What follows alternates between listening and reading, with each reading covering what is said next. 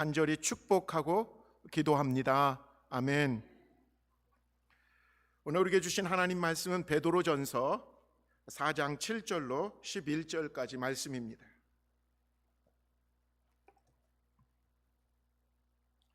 만물의 마지막이 가까웠으니 그러므로 너희는 정신을 차리고 근신하여 기도하라. 무엇보다도 뜨겁게 서로 사랑할지니 사랑은 허다한 죄를 덮느니라. 서로 대접하기를 원망 없이 하고 각각 은사를 받은 대로 하나님의 여러 가지 은혜를 맡은 선한 청지기 같이 서로 봉사하라. 만일 누가 말하려면 하나님의 말씀을 하는 것 같이 하고 누가 봉사하려면 하나님이 공급하시는 힘으로 하는 것 같이 하라. 이는 범사에 예수 그리스도로 말미암아 하나님이 영광을 받으시게 하려 함이니 그의 영광과 권능이 세세에 무궁하도록 있느니라. 아멘. 오늘 우리에게 주신 살아계신 하나님의 말씀입니다. 연일 미국 뉴스가 계속해서 반복되어지는 것이 있습니다. 그건 다른 게 아니라 요즘 미국 서부에서 낮 최고 기온이, 여러분 놀라지 마십시오, 45도. 어느 그 데드밸리, 여러분 거기는 워낙 좀 덥지만 거기는 한 53도까지 올라가고 있다고 합니다. 이것은 한마디로 기후 재앙이라고 말할 수밖에 없죠. 여러분 다 아시잖아요. 원래 미국 이 태평양 연안을 끼고 있는 이 서북쪽에 있는 그 캐나다 밴쿠버, 그리고 미국의 시애틀, 워싱턴주, 오레곤주, 여름에 무척 살기 좋은 그 서늘한 날씨가 계속되는 곳인데, 이번에 화씨 100도가 넘어가는 온도 때문에 어제 뉴스도 보니까 그 해안가가 이 조개들이, 그리고 우리 잘 먹는 홍합이 다 벌어져서 다 죽었다는 거예요. 그래서 이 비린내, 그 썩는 냄새가 천지를 그 진동을 하고 있다고 말합니다. 그 정도가 아니라 더위 때문에, 그쪽에 워낙 시원한 동네니까 에어컨이 설치가 안 됐잖아요. 그러니까 이 더위 때문에 온열 질환으로 목숨을 잃는 사람들이 현재 수천 명이 넘어갈 정도로, 그건 가히 기후 재앙에 해당된다고 합니다. 기후학자들은 이 이상 고온 현상을 열돔 현상 때문이라고 말합니다. 뭐 제가 기후학자겠습니까? 근데 하도 뉴스가 반복되어지니까 주목할 수밖에 없겠더라고요. 좀 복잡한 얘기인데 간단한 얘기예요. 핵심은 뭐냐면 지구 온난화 때문에 북극이 더워져서 문제가 시작된 거더라고요. 다. 원래 이 북극이 이게 찬 공기를 막아줘야만 아래에서 제 역할들이, 기류가 잘 움직이게 돼 있는데, 이게 이제 뚫린 거예요, 벽이. 북극에 이 막아주었던 이 찬 공기가 무너지면서 이게 엉망이 되는 거죠, 기류가. 그러면서 남쪽에서 불어오는 이 뜨거운 온도가 막아지는 거예요. 그리고는 이것이 흩어지지 않고 모아지게 되고, 그래서 이게 큰 체육관이, 돔 같은 체육관이 있잖아요. 그런 것처럼 이게 이제 공기가 이렇게 돔처럼 만들어진 거예요. 그러니까 여러분, 이게 열가마가 되는 거예요. 펄펄 끓는 거예요. 밑에서 땅이, 지면이 더우니까 올라가죠. 올라간 것이 내려오는데 다시 그게 올라가니까 이 기온이 계속해서 상승하게 되고 있다라는 거예요. 무서운 거는 이게 점점 넓어지면서 이게 자꾸 돌아다닌다는 거예요. 그래서 옛날에 안 그랬는데 엉뚱한 곳이 막 더위가 갑자기 닥치고, 이거는 옛날 기록에 보면 1000년에 한 번 나올까 말까 하는 현상인데, 기후학자들이 뭐라 하냐면 5년에 한 번씩 일어날 거래. 어떤 사람은 모르겠다, 매년 일어날 수도 있겠다, 이렇게 말합니다. 근데 여러분, 이런 일들이 일어날 거라고 벌써 가깝게는 30년 전에 아주 심각하게 기후학자들은, 환경학자들은 이 현상이 일어날 거라고 예측을 하고 경고를 했습니다. 그런데 지금 당장 안 일어나니까 어떻게 되겠지. 근데 이 30년 전을 보니까 전 세계적으로 글로벌하게 경제를 막 부흥시키겠다고 개발도상국조차도 막 산업을 일으켰었던 그때하고 맞물리게 되는 거죠. 30년 전부터 인류가 이 예고된 기후 재앙을 대비했었다면, 그래서 좀 더 에너지를 절약하고 탄소 배출량을 줄이는 노력을 했었다면, 선진국 얘기지만 오늘날 이렇게 이제 빈번하게 일어날 텐데 이런 일들이 조금이라도 늦어지고 감소되지 않았을까 되돌아봅니다. 저희는 지금 코로나 팬데믹 이후 어떻게 회복될 것인가라는 그 시리즈로 오늘 6번째 말씀을 같이 나누는데, 제가 이걸 준비하면서 늘 마음에 새기는 것은, 회복은 단순히 옛날로만 돌아가는 것이 아니라 하나님이 정말 우리들에게 원하시는 그 모습으로 회복되어지는 것이 진짜 회복이라는 거죠. 이 코로나 팬데믹은 우리들에게 분명히 말합니다. 인간의 탐욕과 죄악의 대가는 반드시 인간에게 그대로 돌아간다라는 것. 지금 인류에게 자연 재앙과 종말이 점점 가까이 오고 있다라는 것, 이거는 정말 우리가 예전에 비해서 수긍하지 않을 수가 없는 절실한 문제입니다. 자, 이런 말을 하면서 오늘 우리들 기독교인들은 누군가? 여러분, 기독교인들은 한마디로 종말론적 삶을 사는 사람들이라고 불리는 사람들이거든요. 원래 종말론적 삶을 사는 사람들이라고 하니까 어떤 사람은 쉽게 내일 망한다고? 그럼 다 소용없어, 그냥 오늘 그냥 진탕 먹고 마시고 끝내자, 이러는 사람도 있고요. 직장 때려쳐야지, 가정 그거 없어진다는데 그러면서 어떤 사람들은 교회에만 모여서 기도해야 하는 거 아닌가, 이렇게 생각하는 사람도 있지만, 여러분, 그런 것들은 이단이죠.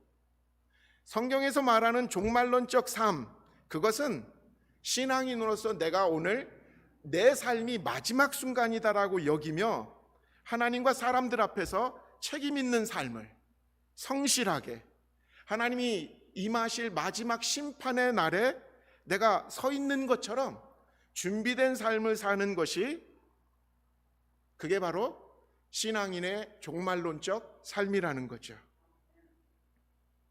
여러분들은 여러분들의 마지막 날을 아십니까? 여러분들은 지구가 언제 마지막 날이 될까? 그 종말을 아십니까?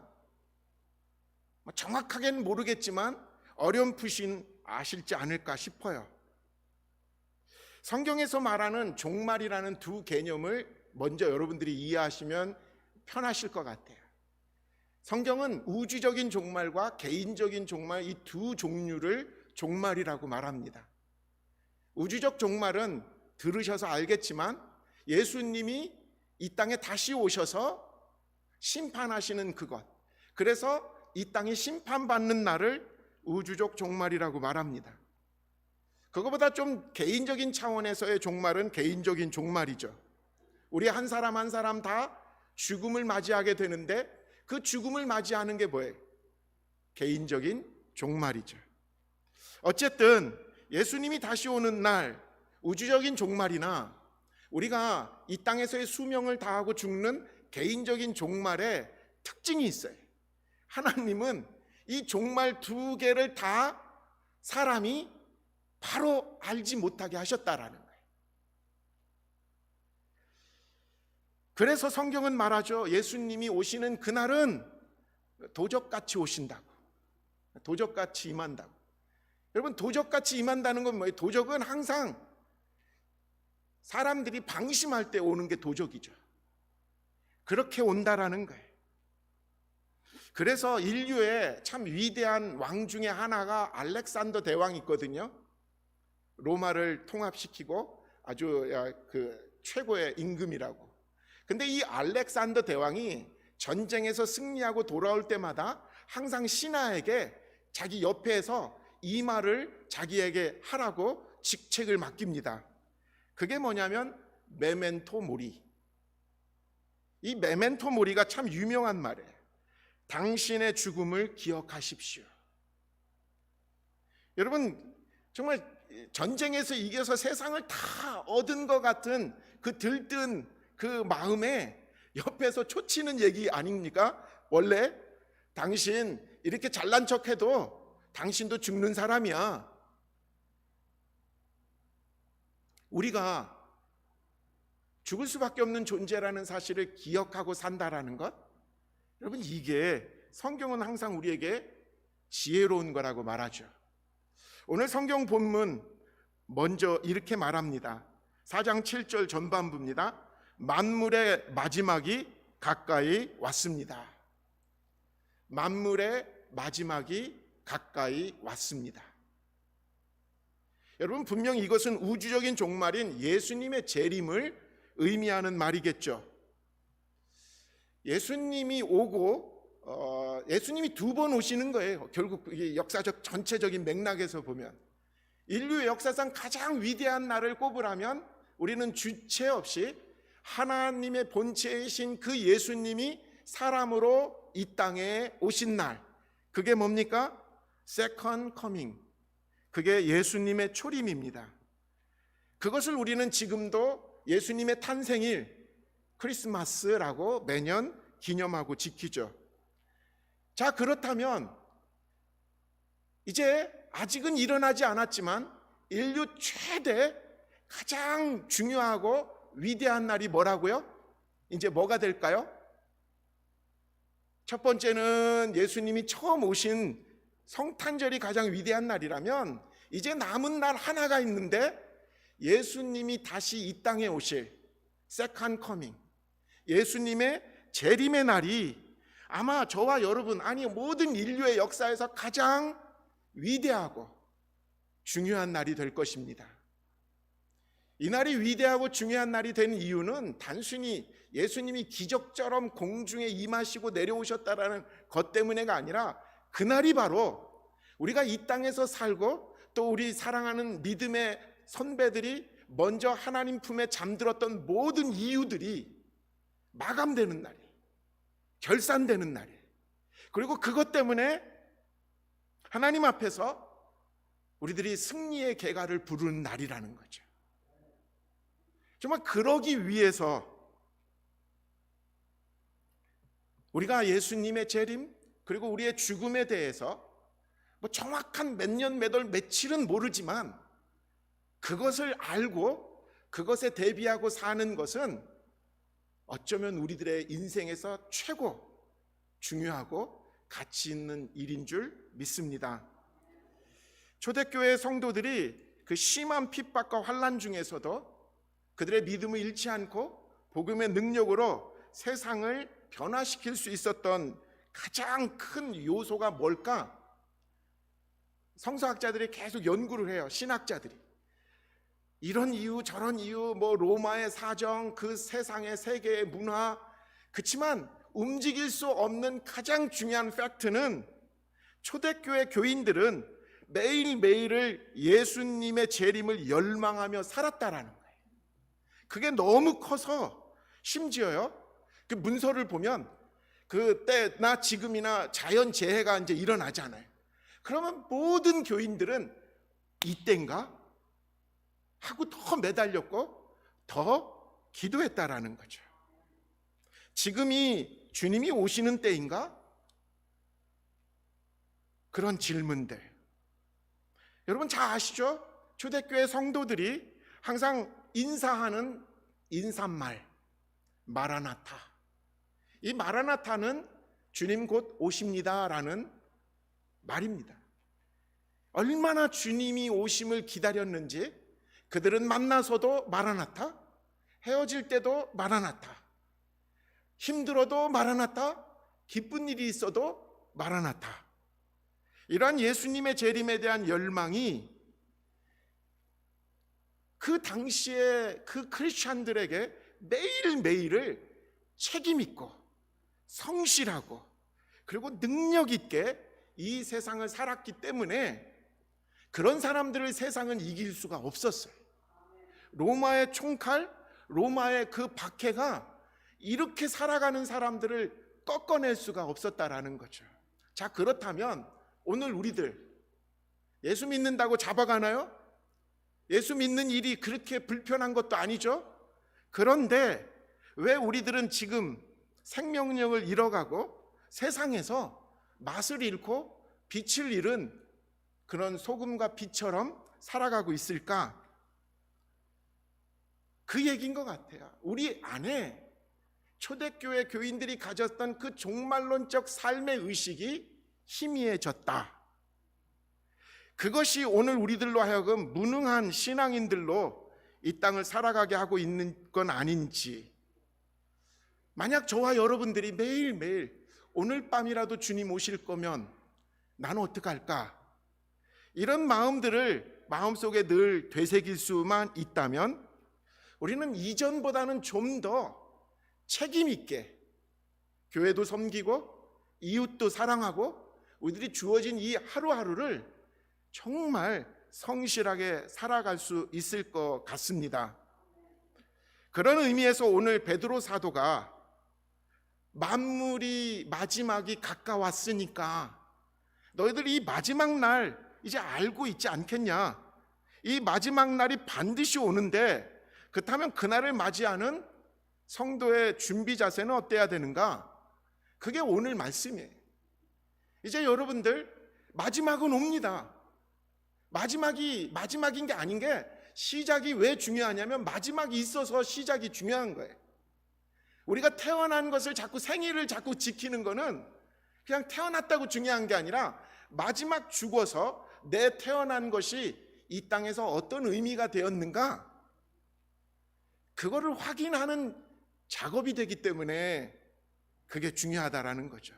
오늘 저는 세 가지, 정말 마지막 날을 준비하는 사람들의 세 가지의 삶의 자세가 무엇인가를 나누고 싶습니다. 첫째는 너무너무 중요한 기도하는 거예요. 기도하라. 마지막 날을 앞두고 베드로는 성도들에게 기도하라고 명령합니다. 대부분 우리는 마지막 날에 대한 얘기를 들으면 우왕좌왕합니다. 혼란스럽습니다. 불안합니다. 아이, 내가 죽는다고? 이게 뭐야? 흔들리게 돼 있다라는 거죠. 여러분, 흔들리는 게 가장 위험한 거예요.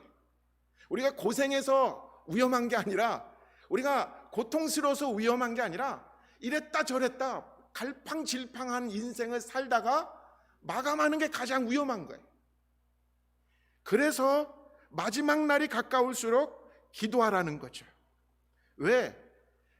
성경 야고보서 1장 5절에 기도에 대해서 알려주십니다. 너희 중에 누구든지 지혜가 부족하거든 모든 사람에게 후히 주시고 꾸짖지 아니하시는 하나님께 구하라. 그리하면 주시리라. 왜 우리에게 주님이 그리고 베드로가 기도하라고 그렇게 부탁했냐면 흔들리지 말라고. 지혜를 구하게 되는 거니까. 그래서 기도하라고 말합니다. 어떻게 기도해야 된다고요? 오늘 본문 7절 후반절에 그러므로 정신을 차리고 삼가 조심하여 기도하십시오. 정신 차리고 기도하라는 거예요. 정신줄 놓지 않게 해주는 것이 기도 생활이라는 거죠. 우리는 정신을 자꾸 놔요. 이렇게 저렇게 아무 판단 능력이 없어질 때가 종종 있어요. 정신줄을 잡는 게 기도라는 거예요. 오늘 성경에서 보니까 이 말씀 중에 정신을 차린다라는 것을 성경 해석 주석가가 이렇게 해석한 게 저는 가장 잘 해석한 거라고 생각이 들었어요. 뭐냐면 정신을 차린다라는 뜻은 무엇이 중요하고 무엇이 그 다음인지를 분별하는 정신. 여러분, 저나 여러분들이나 참 요즘 현대인이라는 이유 때문에 참 바쁘게 살아요. 뭐가 그렇게 바쁜지. 바쁘게 살면 가장 힘든 게 뭐냐면 정신없이 산다라고 말해요. 정신없이 살다 보면 그냥 휙 지나가요. 여러분, 정신없이 살다 보니까 벌써 6개월 휙 지나갔잖아요. 중요한 게 뭔지 모르고 그냥 급한 대로 그냥 그것만 쳐다보고 살다가 우리는 지금 우왕좌왕 이렇게 살아왔다라는 거죠. 인생에서 중요한 건 때로는 급한 것보다 중요한 게 더 많은 게 있은 걸 알게 돼요. 정신없이 살다 보면요, 중년 그냥 지나가고 이제 생각지도 못했는데 벌써 은퇴가 앞에 오고 뭐 이런 인생이 반복되어지는 것이 아마 저나 여러분들이나 주변에서 늘 경험한 얘기입니다. 정신없이 살다 보면 뭐해? 뒤돌아보면 껍데기만 남은 텅 빈 인생처럼 느껴지죠. 우선이 무언지를 모르고 그냥 산 그런 얘기인 것 같아요. 그래서 베드로는 말합니다. 정신 차려라. 그러기 위해서 기도하라는 거예요. 여러분, 기도가 왜 중요한지 아십니까? 제가 기도에 대한 책을 읽다가 너무너무 좋은 예를 들었어요. 기도는 조율하는 거다. 피아노나 기타나 음악하는 사람들은 자기 퍼포먼스를 하기 전에 항상 이게 조율이 됐는지 안 됐는지를 먼저 확인하죠. 뭐에 조율합니까? 절대음. 그죠? 절대음에 피아노가 안 맞으면 엉뚱한 소리를 결국 마지막까지 하게 돼 있어요. 기타를 칠 때도 늘 띵띵띵띵 하고 꼭 맞추더라고요. 요즘 좋은 거는 기타 안에 벌써 이게 조율기가 딱 장착돼 있어서 그걸 가지고 늘 조율하더라고요. 그리고 음악을 하는 거예요. 그래야 그 음악이 제대로 된 음을 내는 거죠. 기도가 그거라는 거예요. 기도는 하나님 앞에서 내가 조율되어지는 거예요. 절대 진리이신 하나님께 내가 자꾸 내 생각이 조율되어지는 거예요. 그러니까 나는 급하다고 생각했던 이것이 하나님께서는 아니야, 그건 안 해도 돼. 그건 네가 겉으로는 손해볼 것 같지만 그냥 그거는 포기해. 그러면서 하나님의 기준을 내가 기도하면서 조율하게 된다라는 거죠. 저는 어제 정말 그동안 기도하고 고민했었던 여러 질문 중에 하나인 것을 분별할 수 있는, 그러니까 하나님의 뜻에 조율하는 경험을 영적으로 좀 했습니다. 새벽 예배 말씀 중에 열왕기하 13장의 본문을 묵상하는 중에 하나님께 제가 계속 물었거든요. 하나님, 뭐가 먼저일까요? 지금 우리 교회 회복해야 되는 이 상황에서 무엇이 먼저일까요? 라는 그 고민이 정말 이게 떠나지 않았던 질문이었고 기도였는데, 하나님은 말씀을 통해서 기도하는 중에 분별력을 주셨습니다. 그건 딴 게 아니에요. 하나님 앞에서 영적인 능력을 이전의 갑절로 구하라는 거예요. 그 전까지는 사람들 더 끌어내야 되는데, 더 전화해야 되는데, 더 만나봐야 되는데, 이거 이대로 가면 안 되는데, 이런 생각만 계속했는데, 어제 말씀을 통해서 하나님 주신 말씀은, 야, 넌 나한테 구해. 이전의 능력이 10이었다면 20을 구해라. 그 말씀의 내용이 그거잖아요. 위대한 선지자였던 엘리사가 이제 죽음을 맞이하게 되니까 그 북이스라엘의 임금이었던 요아스가 엘리사를 붙잡고 울며 매달립니다. 아이고, 이제 우리 이스라엘은 어떡하라고요? 이렇게 매달리니까 엘리사가 요아스가 보면서 불쌍히 여기니까 요아스를 위로해줘요. 그리고는 안수해줘요. 그리고 두 가지 명령을 내리죠. 문을 열고 동쪽을 향해서 화살을 힘차게 날려라. 또 하나는 뭐예요? 화살통에 있는 화살을 집어서 땅에 내리쳐라. 화살은 열심히 날렸어요. 그랬더니 엘리사가 잘했다고 칭찬해 줍니다. 너가 이 화살을 날린 것처럼 아람 왕을 물리칠 거다. 근데 두 번째, 화살통에 있는 화살을 집어서 땅을 내리치는데 그만 요아스는 3번만 딱 치고는 그쳤다라 그랬거든요. 그것에 엘리사가 요아스 왕을 책망합니다. 본문을 제가 한번 세 번역으로 읽어드립니다. 열왕기하 13장 18절 19절. 엘리사가 또 말하였다. 화살을 집으십시오. 왕이 화살을 집자 엘리사가 이스라엘 왕에게 말하였다. 땅을 치십시오. 왕이 3번을 치고는 그만두었다. 하나님의 사람이 그에게 화를 내며 말하였다. 임금님께서 5번 치셨으면 시리아 군을 진멸할 때까지 쳐부술 수 있었을 텐데 고작 3번입니까? 이제 임금님께서는 겨우 3번만 시리아를 칠 수 있을 것입니다. 저는 이 본문이 계속 묵상되어지는 거예요. 그러면서 결론이 이렇게 난 거예요. 요아스는 엘리사가 행한 능력이 부럽기는 했지만 그 능력을 자기가 갖고자 하는 간절함은 부족했구나. 엘리사가 행하는 능력에 대해서는 너무너무 귀하게 여겼고 그것이 없어지면 안 되는데 하고 했는데 엘리사는 그 마음을 보고 그럼 너도 할 수 있어 라고 그 영역을 주려고 하는 거였는데 그만 요아스는 그냥 3번만 탁 치고 말았다라는 거죠. 여러분, 이 말은 딴 게 아닙니다. 요아스가 만약에 엘리사처럼, 여러분 엘리사가 엘리야, 그의 스승 엘리야에게 매달리면서 뭐라고 한지 아세요? 선생님보다 제가 능력이 부족하잖아요. 그래서 선생님보다는 갑절의 능력이 필요해요. 저는 그걸 매달렸거든요. 여러분, 성경을 잘 읽어보면 엘리사가 가장 위대한 선지자지만 성경에 기록된 기적을 보면 엘리야가, 근데 엘리사가 기적을 더 많이 행했어요. 왜 그럴까요? 구한 만큼 주셨다라는 거예요. 여러분, 기도는 바로 그런 것입니다. 기도는 우리가 하나님의 은혜와 능력을 구한 만큼 우리가 받는 것이 기도입니다. 그래서 예수님은 제자들에게 구하라, 찾아라, 두드려라 하신 거예요. 구한 만큼, 찾은 만큼, 두드린 만큼 얻어지고 열릴 것이기 때문입니다. 팬데믹 이후 우리가 감당해야 될 사역을 놓고 고민이 많죠. 근데 먼저 우리가 구해야 되는 것이 이겁니다. 하나님, 분명히 사람도 적어지고 모습도 새롭게 돼야 되니까 다 어려울 텐데, 그러나 하나님, 그러니까 더 이전보다 우리들에게 갑절의 능력을 주옵소서.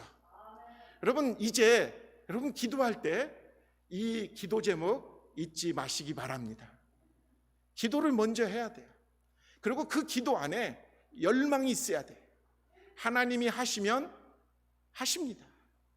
우리가 부족하고 연약하고 지금 우리 상황이 정말 이전보다도 더 열악해진 건 분명합니다. 그러니까 갑절의 능력을 구해야 되는 줄 믿습니다. 자, 2번째는 다른 게 아닙니다. 사랑하라는 거예요. 뭐 너무나 똑같은 말이고 너무나 당연한 말인데, 마지막 날을 의식하며 사는 사람들은 사랑하며 사는 거라는 거죠. 오늘 본문 8절 전반부에 무엇보다도 먼저 서로 뜨겁게 사랑하십시오. 사도 베드로는 마지막 날을 살아가는 성도들의 삶의 우선순위에서 항상 사랑하십시오를 강조했다라는 거죠.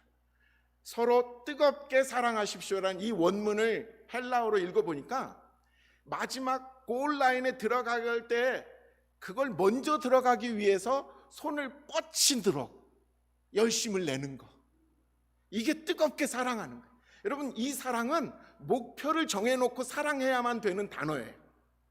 저와 여러분들은 그냥 여건이 맞으니까 사랑하는 게 아니라 사랑해야 되기 때문에 사랑하기로 작정하고 사랑하라는 거예요. 마지막 때일수록 세상은요, 우리에게 더 완악해지라고 말합니다. 여러분, 성경에 구약과 신약에 딱 뭉쳐놓으면 사랑밖에 안 나와요. 신명기 6장 5절, 너는 마음을 다하고 뜻을 다하고 힘을 다하여 내 하나님 여호와를 사랑하라. 요한복음 13장 34절이요, 새 계명을 너희에게 주노니 서로 사랑하라. 내가 너희를 사랑한 것 같이 너희도 서로 사랑하라. 사랑하라는데 근데 이 베드로 사도가 위대한 것은 그냥 관념적으로 말 구호만 말한 게 아니라 어떻게 사랑해야 되는지 아주 구체적으로 말해주고 있어요. 여러분 지금부터는 이제 말씀을 듣고 나서는 어떻게 사랑해야 되는지 전 잘 몰랐어요 하면 이제 안 돼요. 왜냐? 오늘 본문에 이렇게 사랑하라고 했으니까요. 8절과 9절입니다. 사랑은 허다한 죄를 덮어줍니다. 불평 없이 서로 따뜻하게 대접하여 주십시오. 이 두 개만 기억하십시오. 내가 어떻게 사랑하는지 몰라? 성경은 분명히 말합니다. 마지막 날에 사랑은 이렇게 하는 겁니다 라고 하는데요, 어떤 사랑이냐? 서로의 죄와 서로의 허물을 덮어주는 사랑이라는 거예요. 근데 이 마지막 때가 되면 이게 더 중요하다라는 거예요. 여러분 잘 아시죠? 요즘 정치와 요즘 문화와 요즘 유튜버가 서로에 대해서 미움을 조장하면서 수익을 얻어요. 이게 논쟁적이고 서로를 헐뜯는 내용이 방송이 되면 시청률이 막 올라가요. 그걸 너무 잘 아니까 막 표가 막 끌어와요. 방송이나 정치나 똑같은 인간들이에요. 뭘 하면 돈 벌고 뭘 하면 인기를 얻는다는 게 너무 잘 아는 거예요. 왼수 맺게 하는 거예요. 저 사람들과 우리는 싸워야 돼, 저들은 무너뜨려야 돼, 이런 대상자들로 만드는 거예요. 여러분, 저와 여러분들이 이 문화에 살면서 최고 나빠지는 것은 마음이 강팍해지고 있다라는 거예요. 한국의 지금 정치인들 보면서 다 욕하게 만드는 거예요. 기도해줘도 현찬을 파네. 정말 믿음의 사람들에게 욕만 하고 사는지, 대통령을 뽑아놓고 욕하라고 뽑은 건지. 기도해줘야 되는데 허물을 덮어주고, 이게 사랑이라고 하는데, 이게 용서라고 하는데, 우리는 이 악한 문화에 물들어서 미움을 배우고 있다라는 거예요.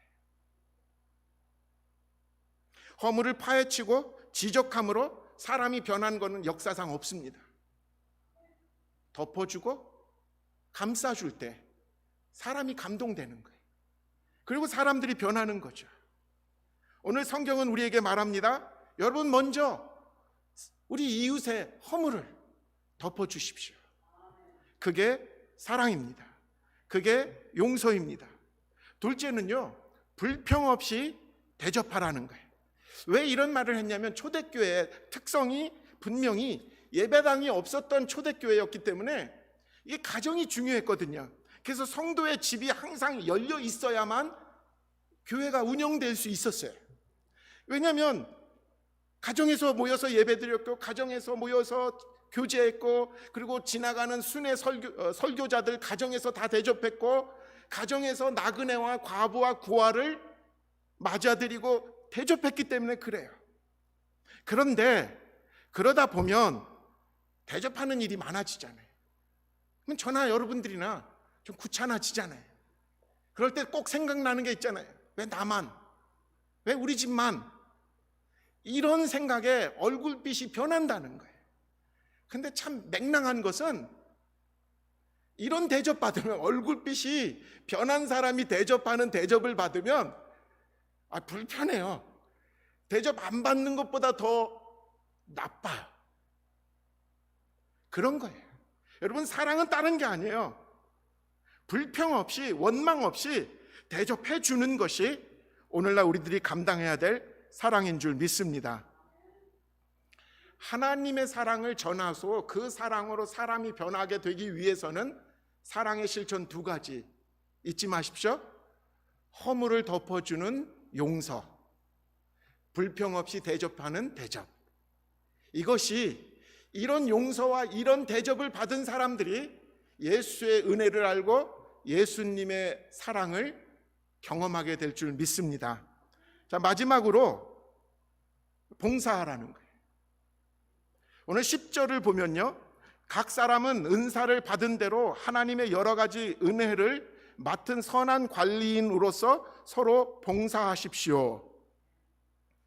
선한 청지기의 마음을 가지고 봉사하라는 거죠. 여기서 중요한 게 선한 청지기, 선한 관리인의 마음이 중요한 거예요. 주인 건데 주인이 맡겨놓은 것을 맡아서 관리하는 게 청직이고 관리인이거든요. 저나 여러분들이나 가지고 있는 시간, 재능, 물질, 건강까지도 하나님 것이라는 거죠. 하나님으로부터 나온 것을 잊지 않고 사는 게 청직이라는 거예요.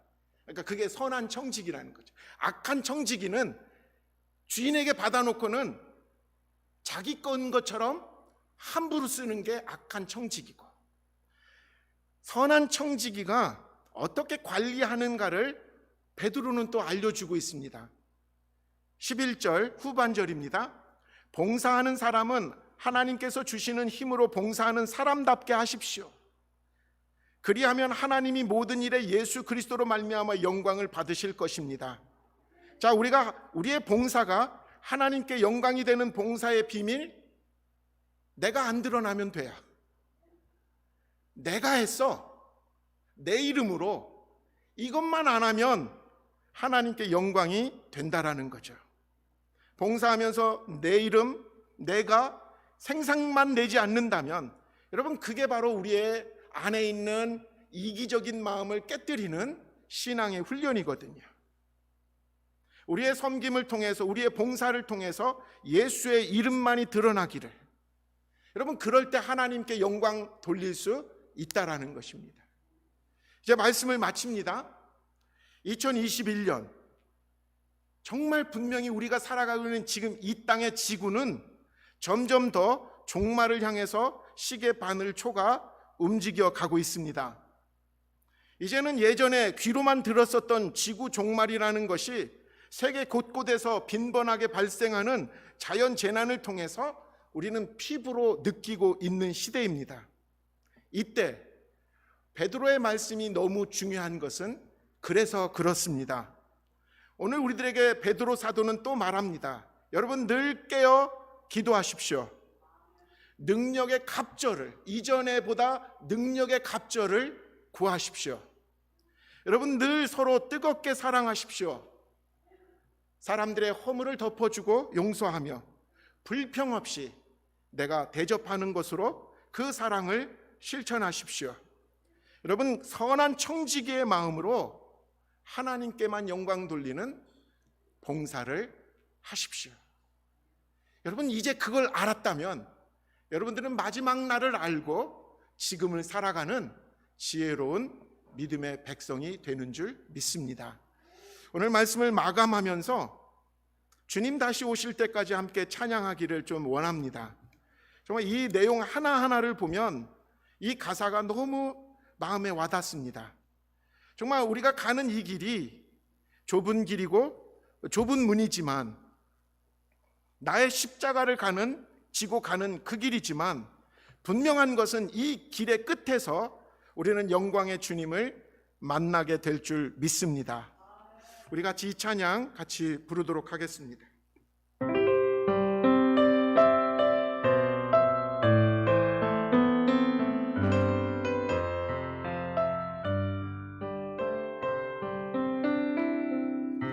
주님 다시 오실 때까지 나는 이 길을 가리라. 좁은 길 나의 십자가 지고 나의 가는 이 나는 주님을 보리라. 영광의 내 주님 나를 맞아주시리. 주님 다시 오실 때까지 나는 일어나 달려가리라.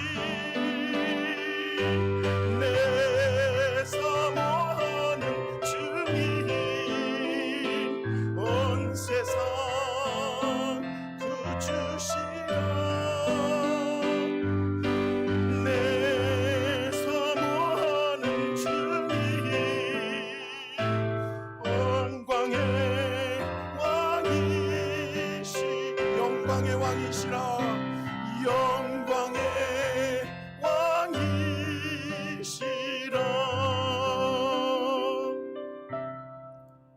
기도합니다. 하나님, 우리들이 이 땅에 살아가면서 마지막 날을 늘 기억하며 또 그날을 대비하며 살아가는 것이 얼마나 소중하고 귀한 것인지 오늘 주신 말씀을 통해서 깨달았습니다.